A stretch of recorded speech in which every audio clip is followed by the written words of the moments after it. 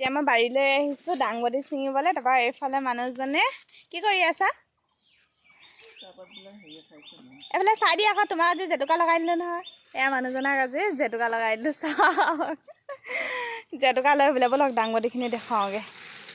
আৰু অলপ ছিঙিব লাগিব খাবলৈ।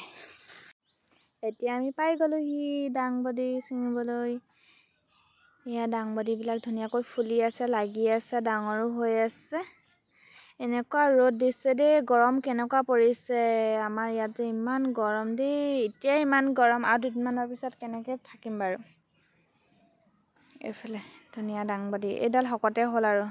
দাংবডি কিন্তু বেছি বুঢ়া হৈ গ'লে খাই ভাল নালাগে, অলপ কোমলীয়া হৈ থাকিলে খাই ভাল লাগে। এয়া দেখিছেনে একদম দাংবডি লাগি আছে। আৰু চাওকচোন গছৰ পাত এখিলাও নাই দাংবডি গা গছডালত, একেবাৰে ওপৰতহে আছে। মানে তলৰখিনি গোটেইখিনি ছাগলীয়ে খাই পেলালে। হ'লেও মানে দাংবডি লাগিছে পাই, দেখিয়ে কিবা এটা মনটো ভাল লাগি যায়।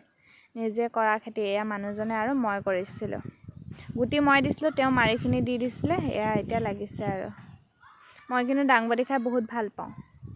আৰু আপোনালোকে মোৰ ভিডিঅ'বিলাক চাই ভাল পালে লাইক, কমেণ্ট, শ্বেয়াৰ এণ্ড পেজটো